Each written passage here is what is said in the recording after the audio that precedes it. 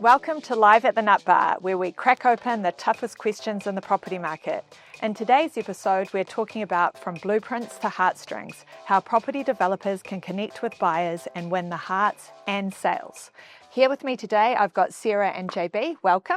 Thank you. So, Sarah, tell us about the research behind this report. Why was it commissioned and what stood out for you? Well, it was commissioned by Squirrel, obviously. I consider it genuinely a real gift to the entire building sector because we very rarely get to do these really strategic longitudinal pieces where we get to understand a foundational Kiwi mindset over a couple of years, and that there's so much value in the comparison. This year we've done the first dip. It'll be even more amazing next year, but I think the most important thing we've already found out, and the thing that stood out was that the openness is there. There's like 8 out of 10 New Zealanders who are likely to buy a house in the next 3 years are open to off-plan. But then it's only 32%, so 3 in 10, who are strongly considering it. So there's something happening along that conversion funnel where we're losing people and they're just not loving what they're actually finding. And you've said that people really need to love and feel proud about what they live in. How does this come across in practice? Intuitively, we all know that, right? That your house is some incredibly emotional thing that you buy, right? It represents who you are as a person more than pretty much anything else you ever buy. You it's a deeply emotional process. And I feel like we may have forgotten that a little bit in a purely seller's market that we had for, I don't know, you probably... I totally agree. I think we've been in a market where essentially developers were price makers. They could get away with sort of lazy process. They could build whatever they wanted and they'd be able to sell it. We've moved to a buyer's market now where the buyer's much more in control. They're much more price conscious. Developers now have to meet the market and there's competition. And I think, so what we're seeing is that old mindset just won't work. And the developers that have been really successful are the ones that are thinking like a business and understanding the customer market fit. They're understanding what the customer wants and getting the product right for market. And they have to, because if they don't do that, it's just not going to work, particularly if other developers are. It's a competitive environment out there. Yeah. And what are the biggest motivators driving buyers in today's market? There's a really straightforward quantitative answer to that now that we've done this survey. Number one reason is still financial investment. Of course, it's the place where one of my qualitative participants put it like this, you sink your entire life savings in it. Of course, it needs to pay off. That is still important. But right up there, literally with a minuscule amount of percentage points behind it, is space needs and personal taste. And as we said before, like in a seller's market, people might have just wanted to get on the ladder so bad that they would have dropped those very close second and third priorities. But now those second and third priorities play a massive role in how they make their decision. And you identified 3 core buyer segments. Can you explain them a little bit? Yeah, so we're hoping to dive much more deeply into this in the next iterations of this, because with a larger data set, you can actually do a lot more when it comes to segmentation. But for now, even just from the qualitative insights, it's really clear that we have these family-oriented buyers who are looking for warmth, for big family spaces, for something that is also grows with the life that they know they will have, with several little ones growing into bigger ones. And then we have our identity-driven buyers. They're even more so than the average person, really motivated by aesthetics, by having them represented in their unique taste in the home they buy. And then finally, a more practical mindset. We call them practical minimalists, who are really looking for function, smart, savvy designs that make small places really work for them and make life just a little bit easier. And so, JB, from a developer's perspective, how do you cater to those different buyer types? Well, I think that's one of the challenges for developers is sort of really understanding what market that they're selling into and making sure that they get the product market fit right. Without stealing Sarah's thunder, the reality is that nothing's average, right? And so, and I think that certainly came through in the research. So when developing, I think there's two things that are really important, right? Cost is still important. So price is still important. And so you have to be efficient. You have to be really productive, because the developer that's going to win is the one with the best quality for the same price will win every time. So you've got to get, you win on quality, but you've got to still be competitive on price. Flip that back a little bit.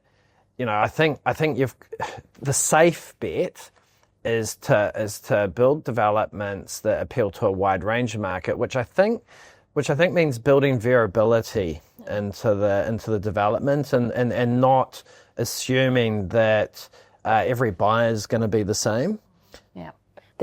We often actually use this phrase in research. There's just certain types of products where an average just makes no sense. Like if we made pants by average number of legs, then we'd have 1 or 1.9 like pant legs.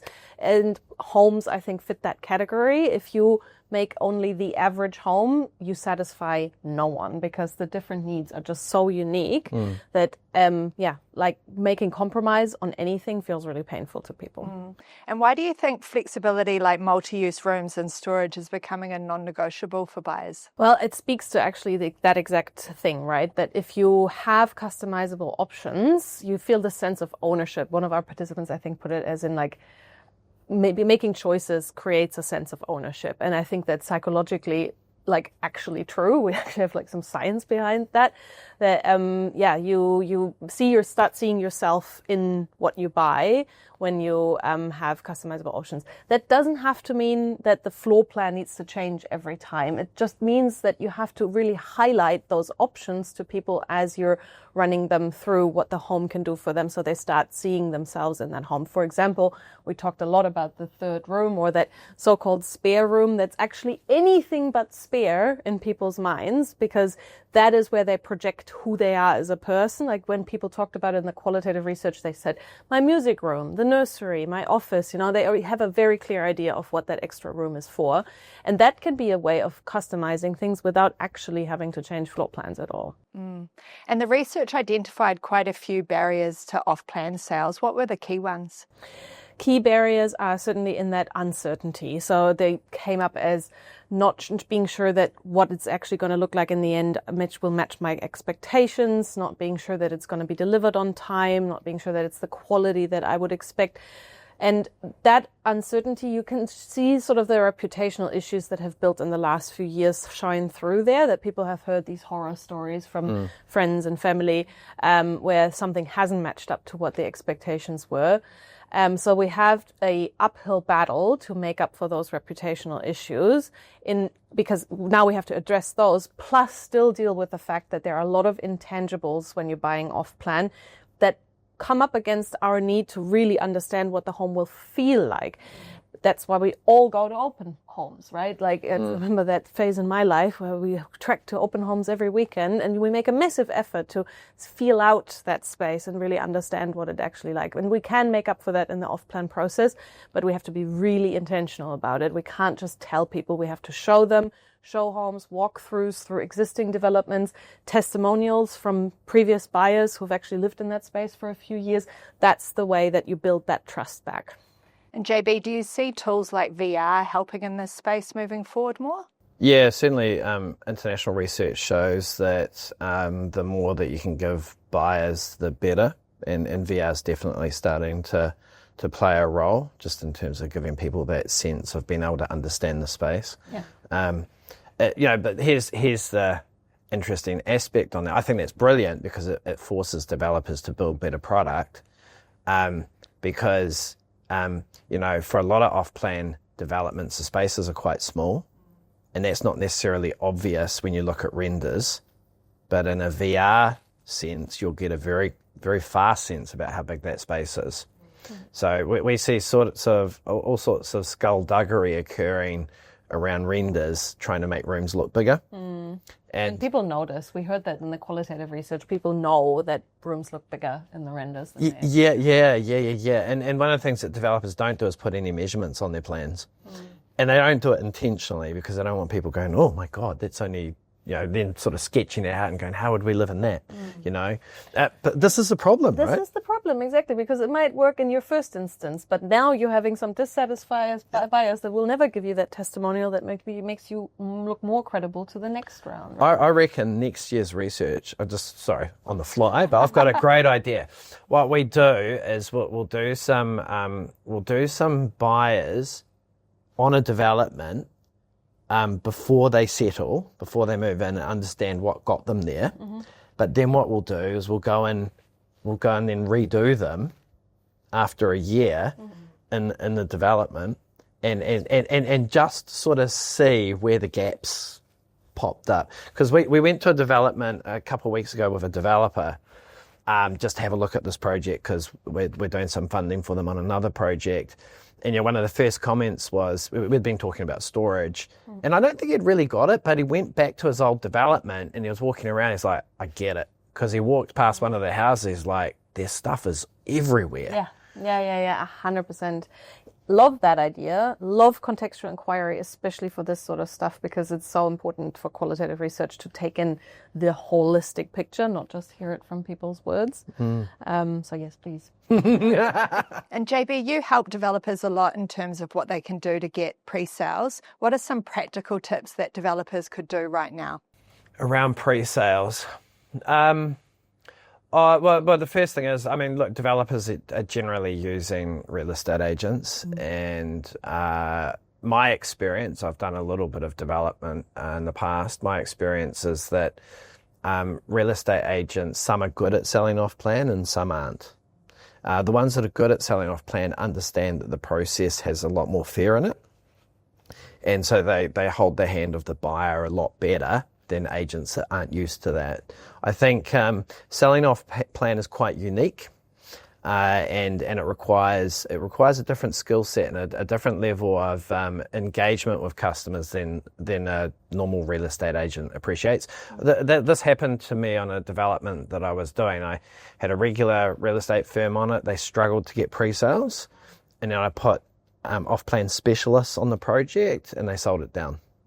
And a different way of engaging those customers. As Sarah said, I think the big difference here is you've got to fill a big gap around all of those sort of little fears that they've got, and you've got to address them. You can't just leave anything hanging. One of the interesting ones for me is around privacy. Because as you move into higher density living, the first thing that will sort of pop up is, I don't want to be living right next to people, I have no privacy, I'll be able to hear them in the room next door. And you understand that, right? But Kiwis aren't used to living in higher density neighbourhoods. They haven't experienced it, so they fill the gap with urban myth. And so I think you can't just leave that hanging. You've got to address it. You've got to talk to it. So one of the things that developers can do is talk to those aspects of their project, address the elephant in the room, talk about privacy, talk about what the intertenancy walls look like, if you can demonstrate stuff. I think that's all really important. Talk about the double glazing, talk about the hush glass, all of these things that will help mitigate those little niggly concerns that buyers have got in the background. Bang on, and I think that going back to what I said, I think this piece of research is such a gift to the overall sector, because we've literally just given you a cheat sheet on what the biggest fears of people are, and you need to address them because of that reputational damage that's already been done, because otherwise it will be filled by that reputation. And if you have done the work, then why on earth wouldn't you tell people about it, right? Yeah, and hey, the other thing I was just going to say there is that there's a perception here. So what we see with townhouses is the vast majority of townhouses are sold down to property investors because it's easier, because property investors are simply on yield, so you can build it a little bit cheaper. You might not quite get the same price you'd get for an owner occupied, but you get it out the door, and investors, they're not looking at this and how I live here and that. But at the end of the day, someone still has to live in it. And I think what we're increasingly seeing in Auckland is that, even renters have choice, and they're going to gravitate to properties that they want to live in and gravitate to communities that they want to live in. So as much as property investors might be, I'm yield focused, or I don't really care what I buy as long as it's got a return. If you want capital growth and you want a good long-term stable tenant, you've got to care. You have to care. There must have been some hard lessons that have been learned in the last couple of years, right? For investors who haven't really thought through to the end user, basically, because your property is going to not have that much value in a buyer's market if no one buys it. All those economies of scale mean nothing if the property doesn't sell. And I think the research showed that 72% of people are actually looking to buy for personal reasons to live in. Yeah. So on that basis, when it's emotion that's going to get it across the line, what can property developers be doing to make that, bring that into their marketing? I mean, the things you can do today with the stock you've already built is just use resident-focused language. Like, don't sell by square meter, sell by explaining easy mornings instead of like bedroom and ensuite or something like that. Like, just tell a story of what life will actually feel like and show pictures that actually take into consideration what people might actually want to live like. That's one thing. So I feel like a lot of the language in how we sell houses could easily change, but become much more resident focused. And then the more long-term stuff is around that customizability for off-plan, I think, because that is, what else do we win on? Like, that is the one thing that off-plan can offer that pre-loved homes and existing new builds can never offer. And that is this little bit of control and pre-buy-in before the house is actually built. That is so exciting to people because most people don't trust themselves with an entire design process. Like, nobody thinks they have that great taste or are an expert or an architect. But having choices and feeling like you had a hand in what that home actually looks like in the end is a really unique selling point. And I think wherever we can lean into that like will get people really excited. And obviously this research report is going to be widely available so people can download and read the entire thing. But if you had one outtake that a developer should take from this conversation and from the research, what would it be? Really clearly, build for residents and investors will win too on the long term. You'll create a more resilient housing market if you think it through to the end user. Yeah. And JB, your advice on how developers can connect with buyers on an emotional level? Oh, look, it depends on how developers are selling, but I kind of feel that the game going forward is that developers need to think of themselves as a business. The good guys already do, right? The good guys already do. They need to think of themselves as a business. They need to think about their brand. Like, I think brands really sort of starts to lean into that sort of emotional engagement because that's what brands are about. Yeah. And so it's about building a long-term reputation around the product that you build, you know. So it's that real duty of care that in the moment may not make a lot of sense, but over time as you build that brand, it becomes more and more powerful. Yeah. And in a competitive market, you know, if you've got a strong brand, a strong reputation, that's going to be a meaningful difference. Sarah, JB, thanks so much for your time and thanks for listening. This was Live at the Nut Bar. Thanks for listening to today's podcast. If you have any questions or things you'd like us to talk about in the future, get in touch with us at david@squirrel.co.nz or john@squirrel.co.nz. And please do share this and subscribe anywhere you get your podcasts. The opinions expressed in this podcast are not financial advice or a recommendation of any financial product. Any commentary provided are personal views and are not necessarily representative of the opinions of Squirrel. As always, we recommend seeking professional investment or mortgage advice before taking any action.